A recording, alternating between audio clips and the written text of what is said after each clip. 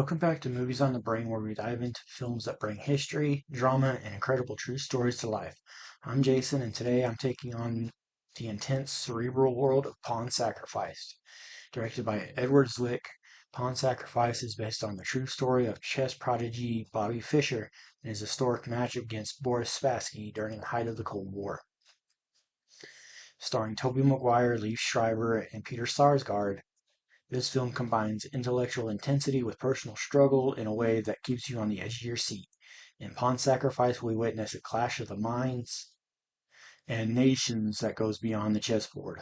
Let's break down this gripping drama and see how it brings this extraordinary true story to life. Pawn Sacrifice opened in theaters on September 16th, 2015 with a budget of $19 million.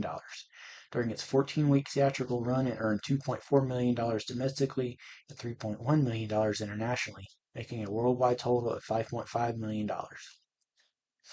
Its opening weekend saw it earn $202,053, finishing number 33 in the box office, behind the likes of Everest, The Perfect Guy, The Visit, Black Mass, and Maze Runner: The Scorch Trials, number 5 through 1, respectively, with Everest, Black Mass, and Maze Runner all opening the same weekend. Its final week in theater saw it earn $1,420, finishing its box office run at number 89. In 1972, Bobby Fischer tears apart his hotel room in a paranoid, delusional state, believing he is being spied on by the Soviet KGB. 2 decades earlier, in 1951, Brooklyn, Fisher's mother, a Soviet Jewish immigrant, explains to 8-year-old Bobby that the FBI has her under surveillance because she supports the Marxist revolution in the U.S. She coaches Bobby on what to say to the FBI if he is ever approached. Bobby immerses himself in chess and becomes an expert player. Despite her worries that chess is becoming an obsession, his mother takes him to an adult chess club where he impresses the resident chess master and is accepted as a student. Bobby enters the world of professional chess championships and soon becomes the youngest grandmaster ever.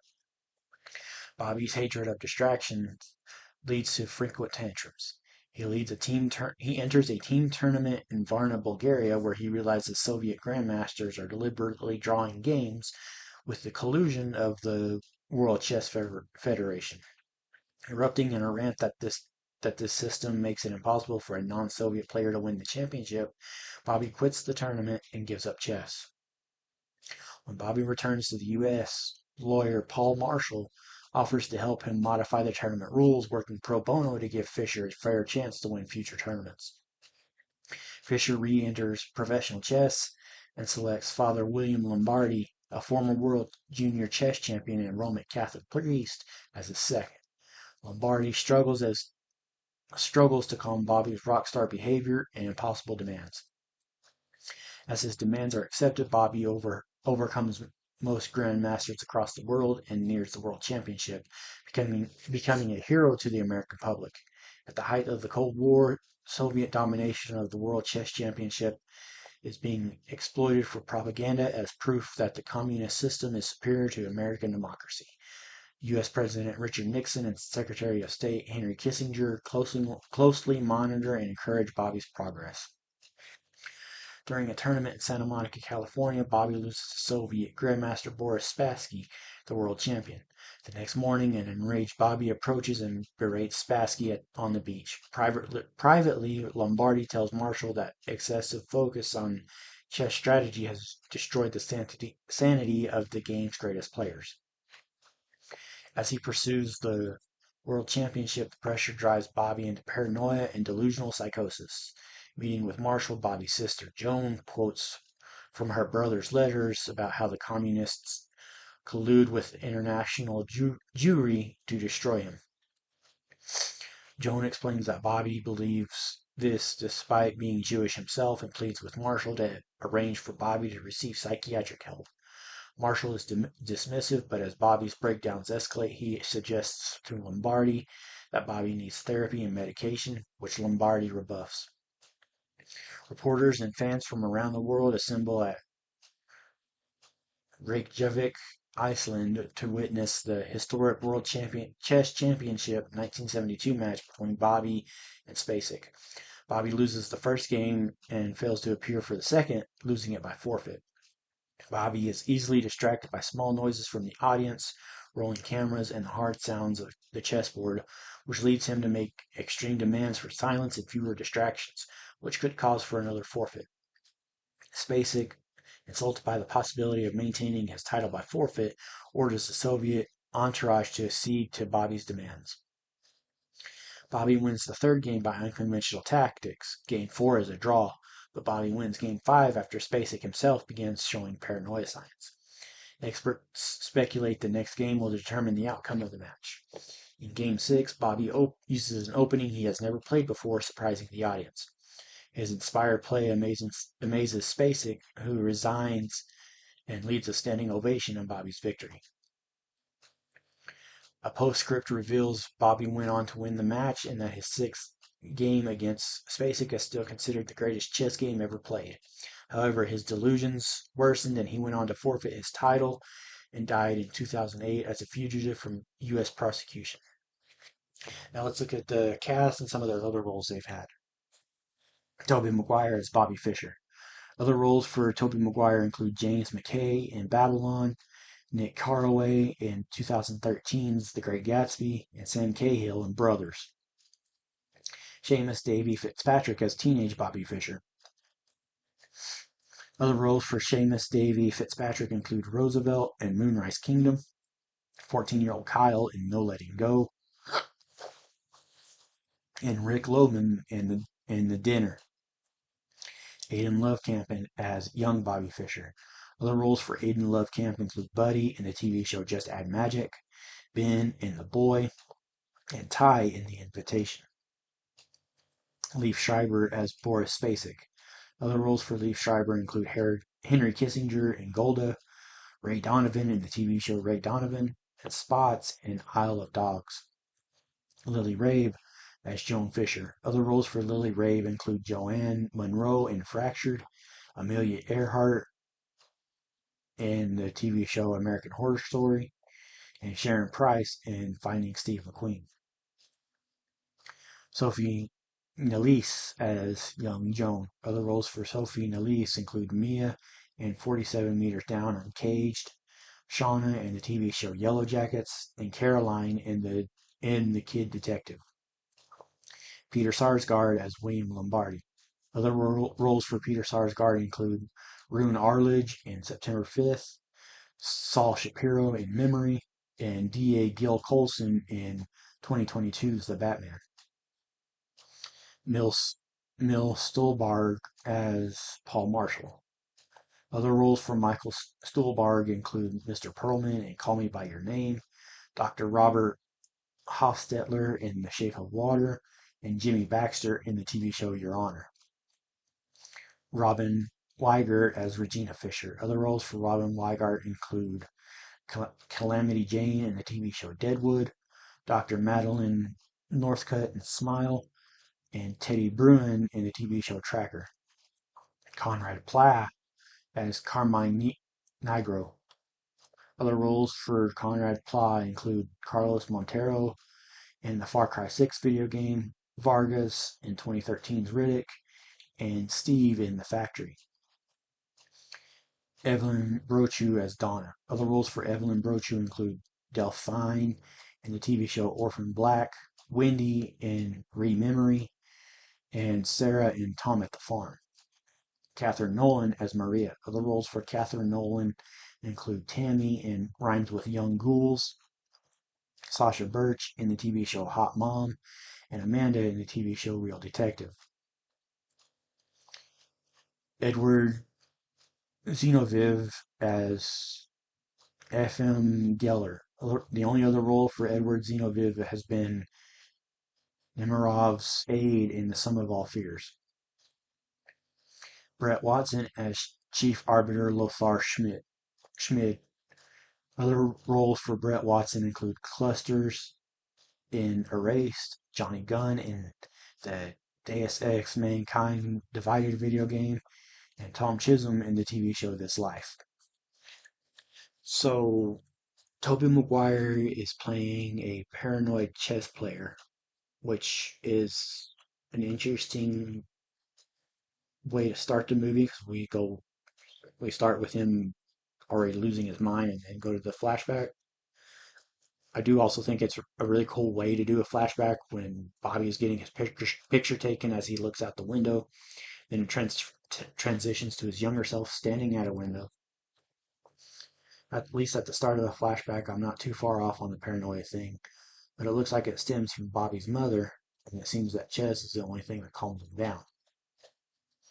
What what a neat concept for a movie, and seeing Bobby actually play a game with the 25th best chess player in New York City and having him seemingly on the ropes for a bit was a nice way to watch. Was nice to watch, and then him seeing how he could have beat him after getting beat was a nice touch as well. I really like the montage of Bobby playing chess and eventually beating Carmine Nigro when he's 12 years old. Bobby going off on his mom the way he did made me a bit uncomfortable, but wow, the way Seamus Davy Fitzpatrick delivered those lines was great.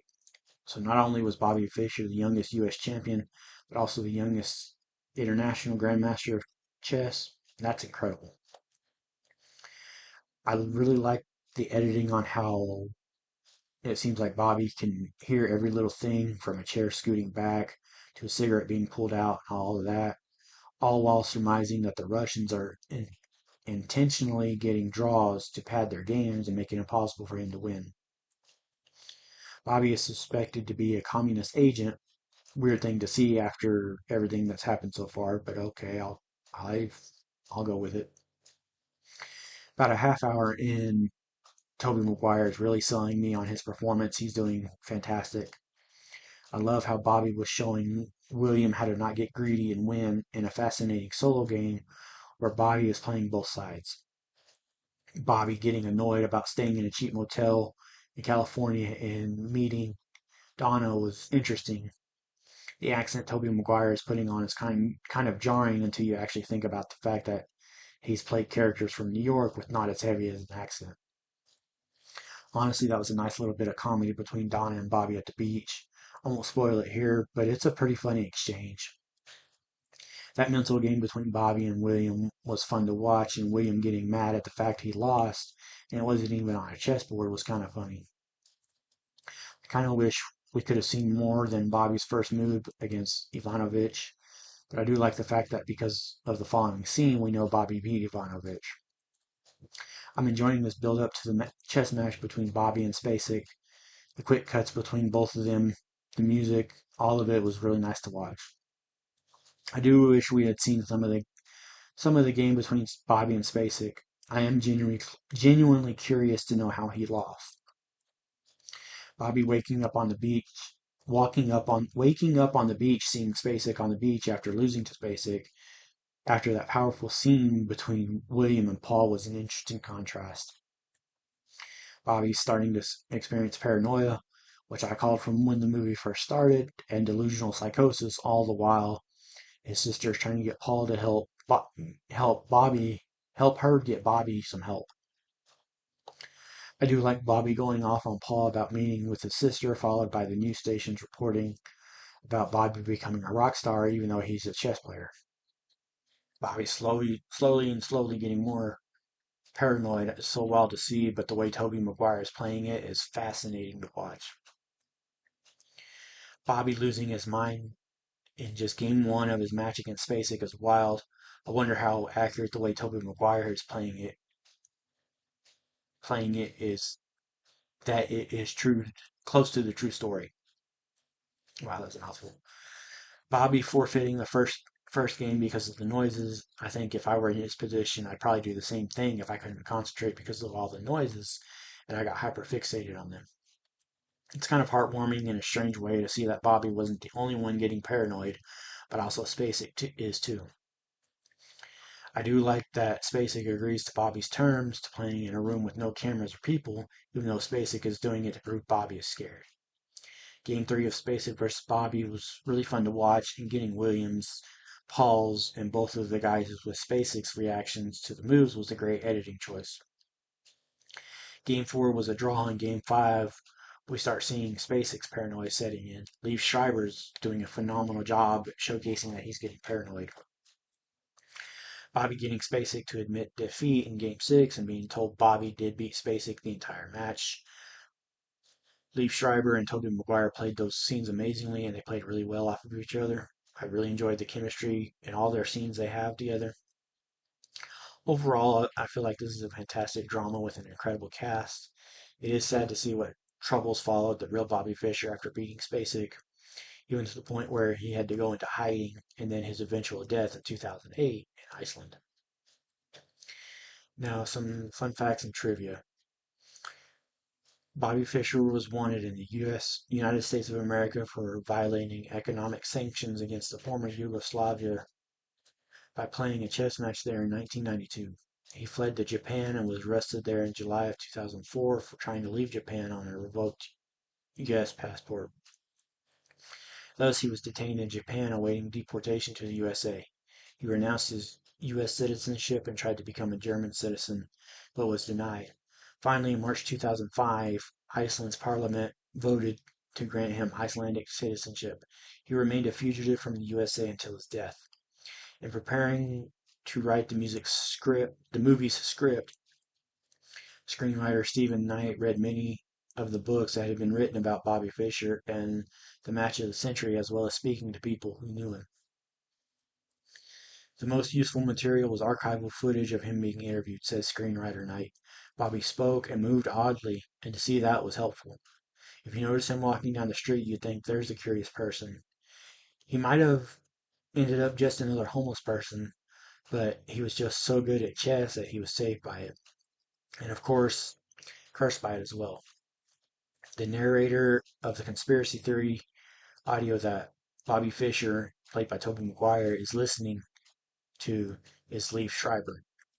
Almost all of Liev Schreiber's dialogue is in Russian. He only speaks two lines of English in the entire film. Bobby Fischer is the only American to win the FIDE World Chess Championship. This occurred on September 1st, 1972. Producer Gail Katz pitched her idea to actor Tobey Maguire, who was immediately intrigued.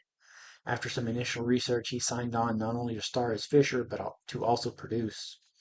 And he and Katz began to develop the script together. Maguire proposed approaching it like a classic sports story. Maguire said, "I'm fascinated by challenging people, and Bobby was nothing if not challenging. We watch as he develops his passion for the game and rises to the top at a very young age, and ultimately goes to the World Championship. Within that, there is room for a fascinating character study. Bobby Fischer passed away at the age of 64, which is coincidentally the same number of fields on a chessboard. Bobby Fischer was inducted into the U.S. Chess Hall of Fame in 1985 and inducted into the World Chess Hall of Fame in 2001. Bobby Fischer is widely considered to be one of the best chess players to ever live. Tobey Maguire is a keen chess player in real life." And that's a wrap on my review of Pawn Sacrifice. This film masterfully captures the tension, genius, and psychological costs of one of the most legendary chess matches in history. If you enjoyed this review, don't forget to like and subscribe to Movies on the Brain for more deep dives into films based on incredible true stories. Let me know in the comments your thoughts on Pawn Sacrifice. Did it capture the genius and madness of Bobby Fischer for you? Thanks for watching, and until next time, remember, life is a game of strategy, so make your next move count.